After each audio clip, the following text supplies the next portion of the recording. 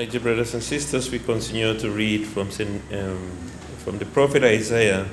And again, the context is the people are in Babylon, and the prophet is giving them a message of hope.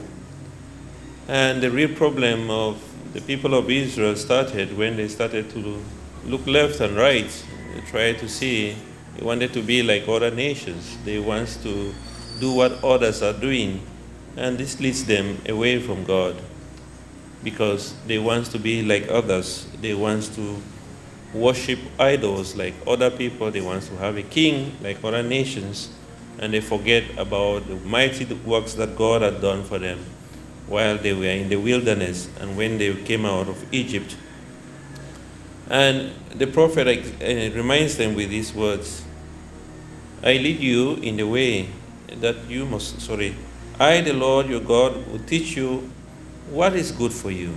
So it's not about what you think is good for you, but I, the Lord, will teach you what is good for you and lead you in the way that you must go. So Yahweh is not only teaching them what is going to be good for them, but is also going to lead the way for them.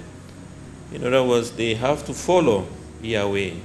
They have to have their eyes focused on Him at all times, no longer looking left and right to see what others are doing in order to do that, or to seek the approval of others in order to function.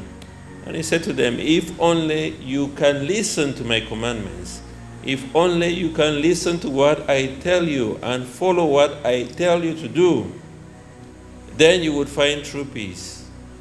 You would find joy, and you would find the love that you are seeking from trying to satisfy the people around you. My dear brothers and sisters, we live in a world where we are given the impression that we have to satisfy everybody. Now, people have to approve the things that we do before they become genuine things, or before they become good things. Something that is good whether people approve it or not. Something that is evil even if everybody approves of it. It doesn't turn to become good because many people stand for it. We live in a world where people have to like everything. Even I remember when I did my few first videos on YouTube, I used to get so down when I saw people put dislikes. There is this thing on YouTube, you put a dislike, and that people don't like what you are doing. It used to affect me so much, not because of of my message. I knew my message was very clear, but the fact that people disliked it affected me so much. I remember one time I posted a video, and behind me was the image of the risen Lord. Somebody just commented, "You're worshiping idols," and that really affected me because not everybody is approving what I'm doing. Okay? And the same thing happens in Facebook and other things. When you post something and people don't put a like to it. In fact, people say, please share, like. Okay, even if you don't like it, but just like it. Even if you don't like what they have said, but put a like, that you like it, so that the person feels happy about what is done. It's not actually that people like the video you're making, but people just put the like because you say that they should like it. And what does that do to us? It makes us feel satisfied, even with something wrong that you've posted. Insofar as people like it, it's okay. And this is how the world wants to lead us. You have to get an impression of what you are doing. What do people feel about what I'm doing? When I preach here, what is the comments of people? Do people really like what I'm saying? If we begin to follow that path, then we are headed for doom.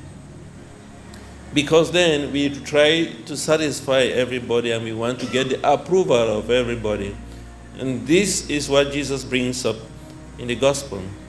That we can never make everybody satisfied. We have to just stand for what is right. The prophet Isaiah says, Yahweh says this, I will teach you what will make you good. I'm going to lead you. You must follow my way. If only you can listen to my commands, if only you can have your eyes focused on me, then you'll be fine. You would get the real happiness and the real peace. But if then we want to just look left and right, we are going to get into more and more depression. That's why Jesus says in the gospel, look at this generation. They are like children in the marketplace. They say when John the Baptist came and he was not drinking, they said he's cursed. And when Jesus came drinking, they say he's a sinner and a friend of the tax collectors. So what can we do to satisfy everybody? Nothing. Jesus could not satisfy this generation. In spite of everything that he did, he was rejected, he was crucified. John the Baptist could not satisfy this generation because he came not drinking. He was not interacting with everybody. They said he's cursed because he's not interacting with anybody. So what can we do? We are priests. We sit in the house. They say, no, we are so isolated. We don't want to mingle with people. If you mingle with people, they say, no, you are so outgoing. You should be there praying. If you go out with young people, they say, no, you're so friendly to young people. If you go out with old people, they say, no, you want to exploit old people. There's always something to talk about. Okay? And so what should we do? If it's not to focus on what Jesus wants us to do. And that's why the prophet Isaiah is saying, I will teach you what is good for you. It's Yahweh alone. Not what people say, not the comments you get, not the likes and the dislikes you get. Yahweh alone will tell us what is good for you. I will teach you what is good for you. And I will lead you in the way that you must go. It's not optional. It's not optional that if we want, we will follow Yahweh. No. If we have to be happy, if we have to be at peace, then we must follow the way that Yahweh is showing for us. And it's about doing the right thing in and out of season.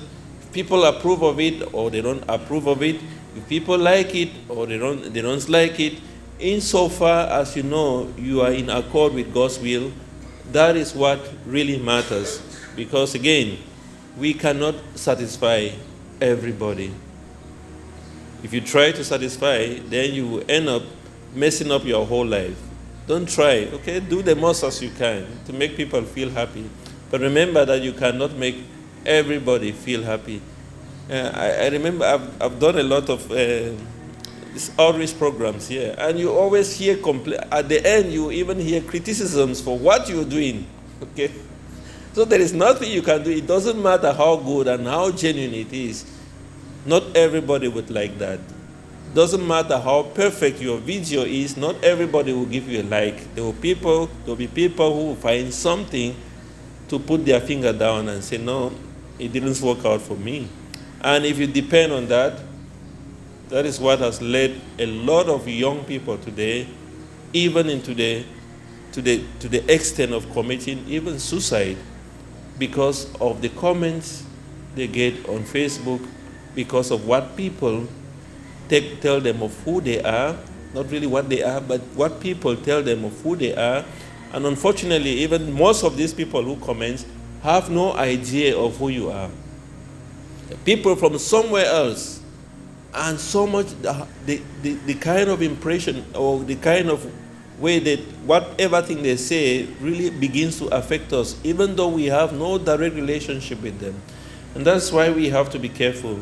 The prophet Isaiah lays it out for us, and Jesus says to us, we can never satisfy everybody. Therefore, it is only Yahweh who will tell us what is good for us, and it is only in his way that we must go.